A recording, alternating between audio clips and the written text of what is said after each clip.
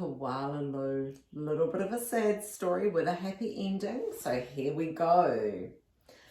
Koala Lou.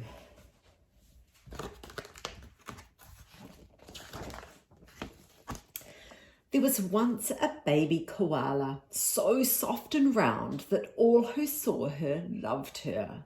Her name was Koala Lou. The emu loved her, the platypus loved her, and even tough little koala claws next door loved her. But it was her mother who loved her most of all. 100 times a day she would laugh and shake her head and say, "Koala Lou, I do love you." Whenever she stretched in the early morning sun, or climbed a gum tree, or bravely went down the track all by herself, her mother would smile and say, "Koala Lou, I do love you." The years passed and other koalas were born, brothers and sisters for Koala Lou. Soon her mother was so busy, she didn't have time to tell Koala Lou that she loved her, although of course she did.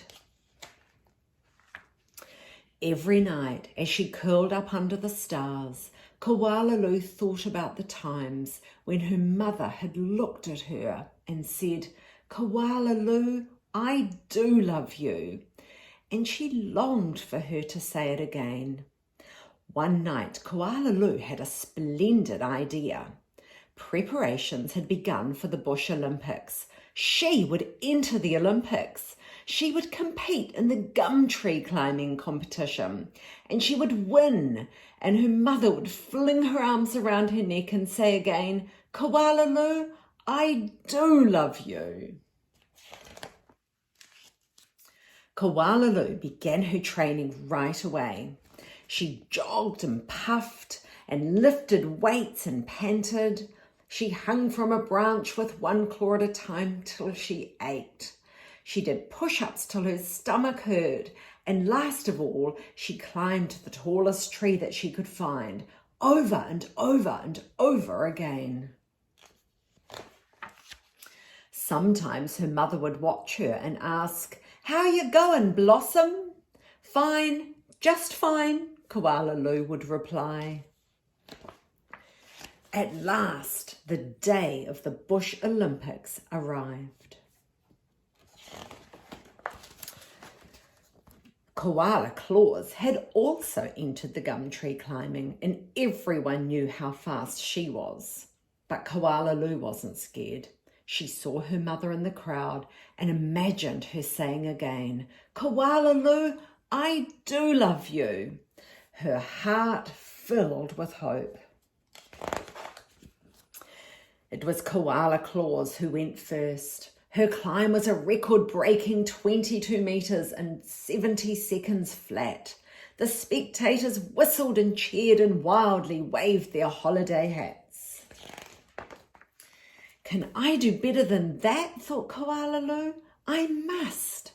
As she stepped towards the tree, a hush fell over the crowd. "On your mark," said the kookaburra, "get set, go!"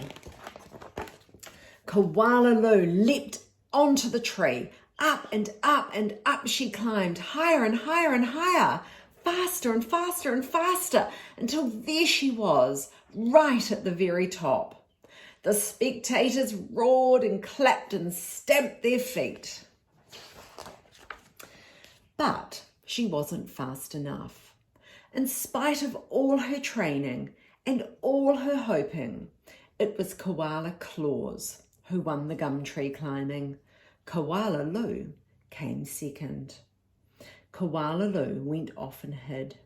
She heard the shouts of the Bush Olympics and cried her heart out. When the first stars of evening appeared in the sky, Koala Lou crept home through the dark and up into the gum tree. Her mother was waiting for her. Before she could say a word, her mother had flung her arms around her neck and said, "Koala Lou, I do love you. I always have, and I always will." And she hugged her for a very long time.